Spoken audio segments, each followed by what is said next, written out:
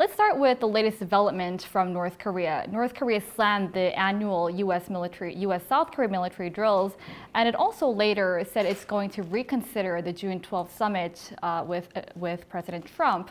Is this a strategy by the North Korean regime in order to increase its leverage on the summit? What do you think?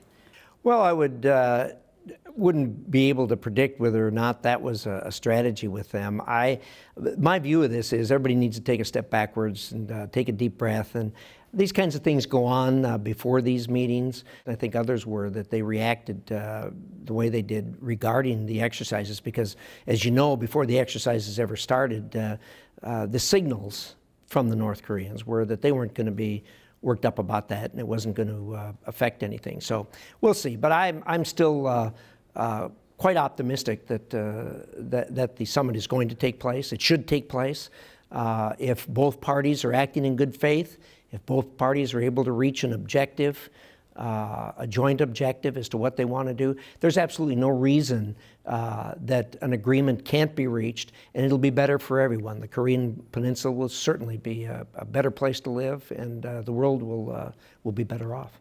Well, I think the President of the United States has been in lots and lots of negotiations. He knows how to negotiate. He's a person who is a very engaging person, as you know.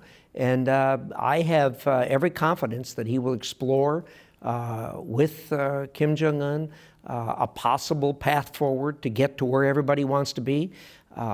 This was opened up when Kim Jong-un said that he was willing to talk about denuclearization of the peninsula. Once he said that, as I've said all along, he would find a willing partner in the United States to explore a way to get there. Well, we don't know that yet.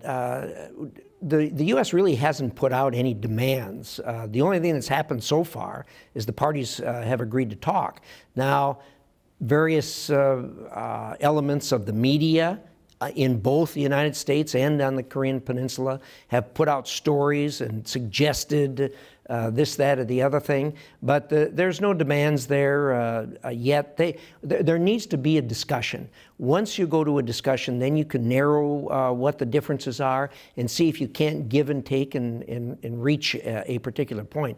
I don't particularly agree with using a model, if you would. Every case is different. I don't think that these things lend themselves well to a model, so I'm not one that embraces using the model of Libya or any other country as far as that's concerned.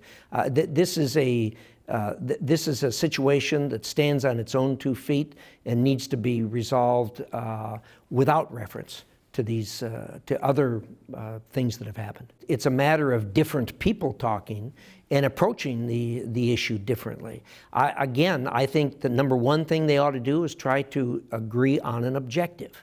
Once the objective, the overall objective, is defined and laid out, and both parties agree to them, then you can talk about how to get there. And if the parties act in good faith, and they should act in good faith, then an agreement can be reached. So. Again, I want to be cautiously optimistic about this. The world needs to give this a try to work.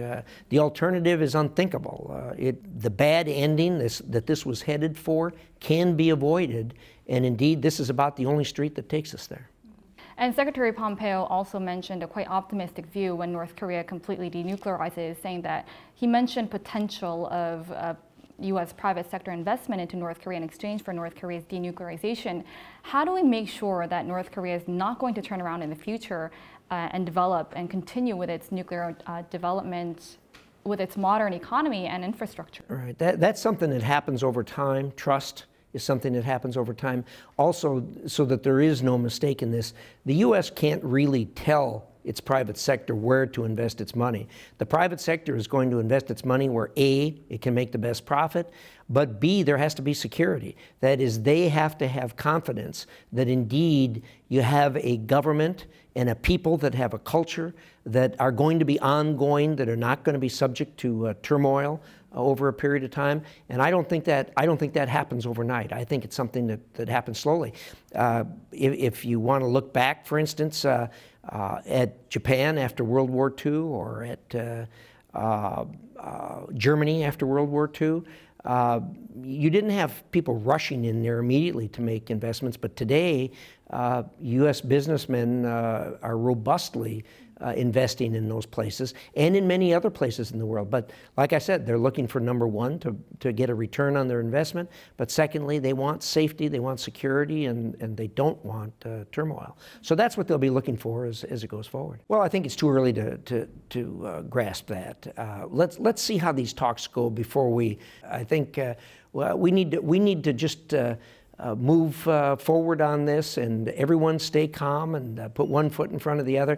I know the media on both sides is anxious to get an answer. They're anxious to determine how these problems are going to be addressed, but we need to stay calm and put one foot in front of the other and see how it plays out. Well, I think as you know, our Constitution requires advice and consent of the U.S. Senate when it comes to the president dealing in matters of foreign relations. And I can tell you, in the 10 years I've been here in the Senate, it's never been better. Our advice is sought regularly by the White House, by the administration. We give it freely. They respond with their view of it freely, and that's the way it should work. And that's the only way it can work.